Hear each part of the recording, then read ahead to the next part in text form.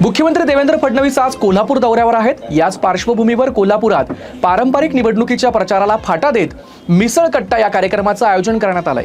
या पार्श्वभूमीवर राज्यसभा खासदार धनंजय महाडिक यांच्याशी संवाद साधलाय आमचे प्रतिनिधी निरंजन कामत यांनी। देवेंद्र फडणवीस यांच्या माध्यमातून मिसळ कट्टा या कार्यक्रमाचं आयोजन केलं जातंय। याच पार्श्वभूमीवर आपण कोल्हापुरातील राज्यसभा खासदार धनंजय महाडिक यांच्या समवेत आहोत। त्यांच्याकडूनच जाणून घेऊया नेमके कशा पद्धतीनं हे कार्यक्रम कशा पद्धतीनं केला जातोय। नमस्कार। निवडणूक अंतिम टप्प्यामध्ये आलेली आहे।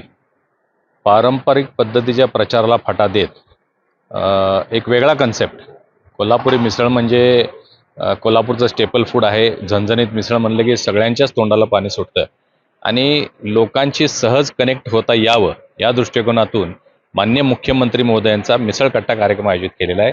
या दालनामध्ये शहरातील एक 1200 ते 1500 शहरातील ओपिनियन मेकर्स म्हणजे त्यात उद्योजक, इंडस्ट्रियलिस्ट, डॉक्टर्स, इंजिनियर्स अशा लोकांनी इथं निमंत्रित केलेलं आहे। शहरातील 20 प्रभागामध्ये 40 ठिकाणी स्क्रीन्स लावून त्या ठिकाणी प्रत्येक स्क्रीनसमोर 2-2 हजार लोक असतील आणि संबंध शहरामध्ये जवळ 1.5 ते 2 लाख लोक लाईव्ह हा कार्यक्रम पाहू शकतील अशी या पाठीमागची कल्पना आहे। एकंदरीतच बघायला गेलं तर निवडणुकीला आता 3 ते 4 दिवसांचा अवधी राहिलेला आहे। कशा पद्धतीनं ही तुमची तयारी झालेली आहे? उमेदवारांना तुम्ही कशा पद्धतीनं हे संबोधित करणार? फडणवीस साहेबांची एक ख्याती आहे, ते जे शब्द देतात ते पाळतात आणि संबंध महाराष्ट्र त्यांच्याकडे त्या नजरेनं पाहतो। कोल्हापूरला सुद्धा अनेक वेळा त्यांचा अनुभव आलेला आहे। जे शब्द त्यांनी दिले होते की कोल्हापूरचा टोल हद्दपार करणार, तो टोल हद्दपार केला। कोल्हापूरला खंडपीठ मंजूर करणार म्हणून त्यांनी घोषणा केली होती, ते खंडपीठ आलेलं आहे। त्यामुळे लोकांचा विश्वास आहे आणि अंतिम टप्प्यामध्ये आज मुख्यमंत्री महोदय आल्यानंतर कोल्हापूरच्या विकासासंदर्भात त्यांच्या ज्या कल्पना आहेत, कोल्हापूरच्या नागरिकांच्या त्यांच्याकडनं ज्या अपेक्षा आहेत, त्या सगळ्याच्या बाबतीत आज या ठिकाणी चर्चा होणार आहे आणि चर्चेमध्ये ते जे बोलतील किंवा ते जे आश्वासन देतील ते पूर्ण होईल आणि त्यामुळं त्यांच्यावर असणाऱ्या विश्वासामुळं त्यांच्या आजच्या या शोमुळं 81च्या 81 प्रभागामध्ये सर्व नागरिक आमच्या उमेदवारांच्या पाठीशी उभे राहतील आणि त्यांचा आम्हाला महायुतीला खूप मोठा फायदा होईल असं मला वाटतं। या आश्वासनांचाच तुम्ही विषय काढलाय तर एकंदरीत कोल्हापुरात विरोधकांकडून सारख्या आश्वासनाच्या मोठमोठ्या बाता करतील अशा पद्धतीनं काही टीका करताना आपल्याला पाहायला मिळतं। हे पहा, कोल्हापूरच्या महापालिकेची सत्ता गेले 15 वर्ष काँग्रेसच्या ताब्यामध्ये होती। एक साधं पब्लिक टॉयलेट ते बनवू शकलेलं नाही आणि आता विकासाच्या गप्पा त्यांनी मारणं म्हणजे हास्यास्पद आहे। 15 वर्ष सत्ता असताना कुठलंही काम करू शकले नाही। आता तर त्यांची कुठंच सत्ता नाही। जिल्ह्यातले 10च्या 10 विधानसभेचे आमदार महायुतीचे आहेत, राज्यात महायुतीचं सरकार आहे, केंद्रात भारतीय जनता पार्टी सरकार आहे। ते निधी आणणार कुठून? आणि एवढं जाणणारे आपले कोल्हापूरचे सुज्ञ नागरिक आहेत, त्यामुळं त्यांच्या विकासांच्या ज्या गप्पा आहेत त्या कोल्हापूरचे लोक स्वीकारणार नाहीत आणि महायुतीलाच आशीर्वाद देतील। निधी आणणार नाही अशा पद्धतीने तुम्ही बोलला। एकंदरीतच जर एखादा कोणता तरी विरोधकांचा उमेदवार जिंकलाच तर मग त्याला आपण निधीसाठी सपोर्टिव्ह करणार नाही किंवा काय? काँग्रेसचा एकही उमेदवार जिंकेल असं मला वाटत नाही, परंतु ज्याचा उल्लेख मी करत होतो की महापालिकेच्या उत्पन्नावर शहराचा विकास हे होऊ शकत नाही। त्यासाठी राज्य सरकार आणि केंद्र सरकारच्या निधीची आवश्यकता पडते आणि त्या दृष्टिकोनातून ही निवडणूक महत्त्वाची आहे। केंद्र सरकार, राज्य सरकार आमचं असल्यामुळं आमच्या सर्व उमेदवारांना आणि महापालिकेला निधी दिला जाईल।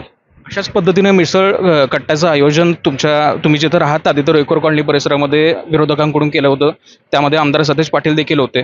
त्यामध्ये तुमच्या चिरंजीवावर जे आता महानगरपालिकेचा जो फॉर्म भरण्याचा जे काही झालं त्या संदर्भात बरेच काही वक्तव्य करताना आपल्याला पाहायला मिळालं होतं। हे पहा, कृष्णराज महाडिक हा फक्त माझा मुलगा नसून तो एक विजनरी युवक आहे। त्यांनी स्वतःचं कर्तृत्व सिद्ध केलेलं आहे। लहान वयामध्ये महाराष्ट्रभर तो प्रसिद्ध आहे आणि त्यामुळं तो ज्या पद्धतीचे सामाजिक काम करतो, गोरगरिबांना लोकांना मदत करतो, त्या दृष्टिकोनातून निवडणुकीमध्ये निवडणूक लढवण्याचा निर्णय घेतलेला होता। परंतु भारतीय जनता पार्टीच्या सूचनेनुसार थांबण्याचा निर्णय घेतला। आम्ही शिस्तप्रिय लोक आहोत, पक्षाची शिस्त मानणारे लोक आहोत, त्यामुळे थांबलेलो आहे। परंतु हा काय अंतिम हे नाही आहे आणि अर्ज भरला काढला यामध्ये कमीपणा मोठेपणा वाटायचं काही कारण नाही। काँग्रेसनं अशी टीका करणं हे हास्यास्पद आहे, कारण सतेज पाटलांचे स्वतः पुतणे त्यांनी विधानसभेला उभे केले होते। म्हणजे घराणेशाहीबद्दलच जर बोलायचं झालं तर ते उभे होते, ते आमदार झाले, ते आता पराभूत झाले। त्यांचे वडील स्वतः विधानसभेला होते आणि काँग्रेसची परंपरा काय आहे? आज तुम्ही दिल्लीमध्ये केंद्रामध्ये बघा, सोनियाजी, राहुल गांधीजी, प्रियांका वड्राजी तिघं आई आणि दोन्ही मुलं लोकसभेत आणि राज्यसभेत आहेत। त्यामुळं अशा पद्धतीची टीका करणं हे काँग्रेसला शोभत नाही असं माझं मत आहे। एकूण किती जागांवर आपला दावा असेल तरी किती जागा? आहे पहा, ज्या पद्धतीचा प्रचार प्रसार चालू आहे, लाडक्या बहिणींचा प्रतिसाद आहे, कोल्हापूरमधल्या विकासाच्या कल्पना लोकांच्या आम्ही पूर्ण करेन याची ग्वाही आम्ही लोकांना देत आहोत. 81च्या 81 ठिकाणी आम्ही पुढं आहोत. काय 4-2 जागा चुकून काहीतरी अपक्ष वगैरे काय फटका बसला तर जातील, अन्यथा सर्व जागा महायुतीच्या येतील याचा मला विश्वास आहे. एकंदरीतच आपण पाहिलं कोल्हापुरातील हे खासदार, राज्यसभा खासदार धनंजय महाडिक यांच्याशी आपण चर्चा केलीत. सर्वच जागावर आपला विजय निश्चित आहे कोल्हापूर महानगरपालिकेतील, अशा पद्धतीनं यांनी वक्तव्य केलेलं आपल्याला पाहायला मिळालं. LS मराठीसाठी मी निरंजन, कोल्हापूर.